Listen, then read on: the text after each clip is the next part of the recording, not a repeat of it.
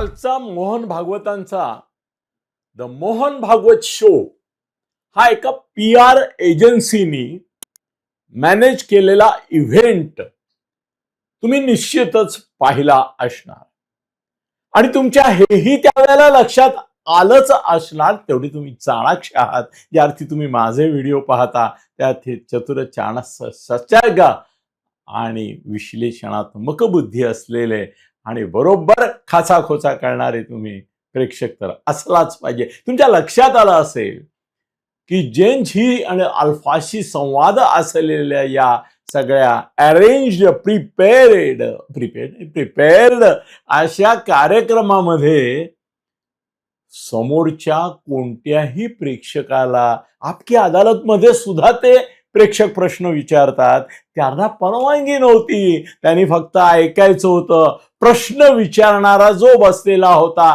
त्याला लिहून दिलेले मोहन भागवतांनी अप्रूव्ह केलेले आणि एका सिस्टीमनी PR एक्झरसाइज म्हणून त्यांची इमेज कशी वाढेल, त्यांना महत्व कसं प्राप्त होईल, जेन झीशी ते कसे सांधा त्यांचा जुळलेला आहे हे लोकांच्या पुढे प्रोजेक्ट होईल यासाठी केलेली ती एक बऱ्याच मिनिटांची काय 30-40 मिनिटांची अशी एक सुंदर डॉक्युमेंटरी वजा ॲडव्हर्टाइजमेंट होती.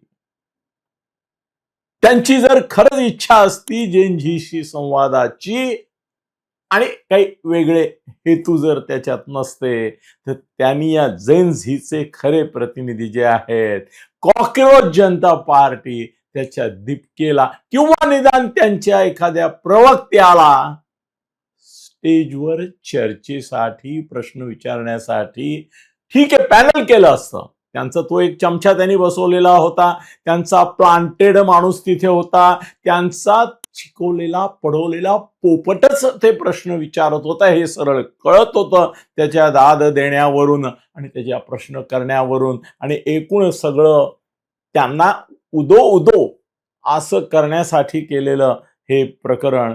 त्यांनी जर संवाद साधला तर जेन झीचे प्रतिनिधीमध्ये आज कॉकरोच पार्टीचा एखादा प्रवक्ता आणायला पाहिजे होता. ठीक आहे दीपकेला नाही आणायचं नका आणू, त्याला आणायचं. मग त्यांनी प्रश्न विचारायला पाहिजे होते. एखादा कुठेतरी काँग्रेसचा एखादा प्रवक्ता म्हणा किंवा तरुण त्याला विचारायला पाहिजे होतं, लोकांना विचारायला पाहिजे होतं.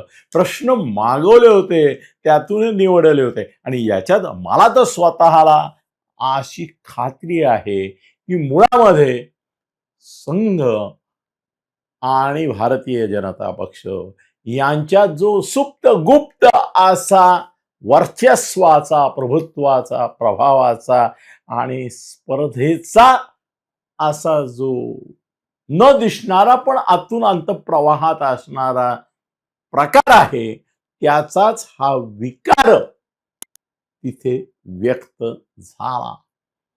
पंतप्रधान नरेंद्र मोदी यांच्यावर कुरघोडी करण्याकरता आणि जेन झीच्या संदर्भात त्यांचं चुकलं आहे आणि आमचं बरोबर आहे आणि आता आमच्या माध्यमातून मध्यस्थीतून आणि आम्ही तुमच्यासाठी आता जेन झीसाठी काहीतरी करतो आहोत, जुळवतोय सूर वगैरे, त्याचा तुम्हाला उद्या उपयोग होणार आहे अशी भावना निर्माण करण्यासाठी हा संवाद जेन झीशी होता. पण सरळ सरळ जाणवत होतं, दिसत होतं, तुम्हालाही कळलं असेल, लोकांनाही कळलं. मी अनेकांना विचारलं इम्प्रेशन, ते म्हणाले मोदी आणि भागवत यांच्यातला विसंवाद या संवादातून प्रगटला. कारण त्यांनी उघडपणे तर शक्यच नाही, जाहीरपणे तो बोलताच येत नाही, उघड टीका करताच येत नाही, पण शालजोडीतले हे जे टिपिकल ब्राह्मणी पद्धत आहे ती वापरून मोदींना काय ऐकवायचं ते ऐकवलं आणि आपलं पान सजवलं. त्यामुळे कालचा हा स्टेज मॅनेज शो एकतर खोटा होता, फेक होता. तो एक रचलेला स्क्रिप्टेड ड्रामा होता. येस, स्क्रिप्टेड ड्रामा होता. त्यातले प्रश्नही सोयीचेच होते आणि गैरसोयीचे प्रश्न आणि गैरसोयीची त्याची मांडणी नव्हती. त्यामुळे मोदी आणि भागवत यांच्यातला विसंवाद प्रगटला आणि हा एक stage performance scripted prepaid, prepared सादर केला गेला असा माझा निष्कर्ष.